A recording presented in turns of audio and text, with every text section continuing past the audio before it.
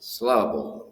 І наказав Навходоносор, цар Вавилонський, про Єремію, через начальника царської сторожі, говорячи: візьми його і зверни на нього свої очі, і не зроби йому нічого злого, а тільки як він скаже тобі, так з ним зроби.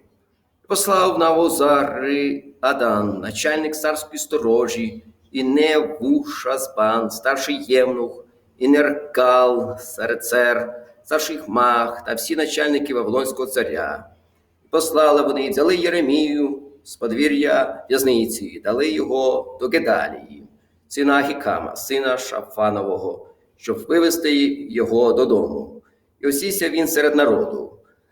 А до Єремії було Господнє слово, коли він був затриманий в подвір'ї в'язниці таке: іди і скажеш до Мурина Евет Мелеха, говорячи: так говорить Господь Саваот, Бог Ізраїлів: ось я навожу свої слова на це місто на зло, а не на добро, і вони будуть діятися перед тобою цього дня. Але тебе врятую цього дня, говорить Господь, і ти не будеш відданий у руки цих людей, яких ти боїшся.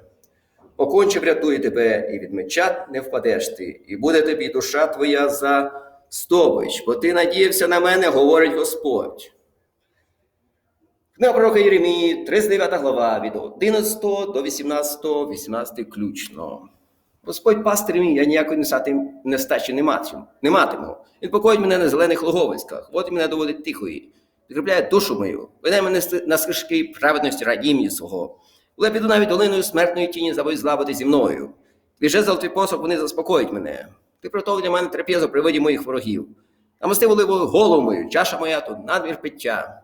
Так, милість і благодать буде супроводжувати мене всі дні мого життя, я прибуду в домі Господню повік. Сила, слава, честь Богу нашому, Бог святий. Написав Holy Ghost я. Power, Glory, Honor, Lord and Holy Ghost. На Social Security карточки в свій час. Стояв я потім, але це залізний стовп біля груші.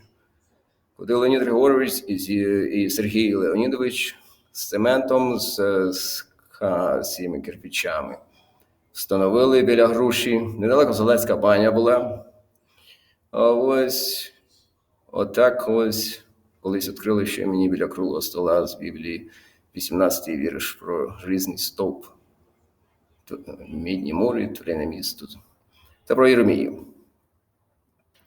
Шалом, не віддавайте злом за зло, любіть своїх ворогів. Ворог голодний, накорми його, справді напої його. Робиш так, ти згортаєш гаряче вугілля на голову. Не будь переможний злом, зло перемагає добром.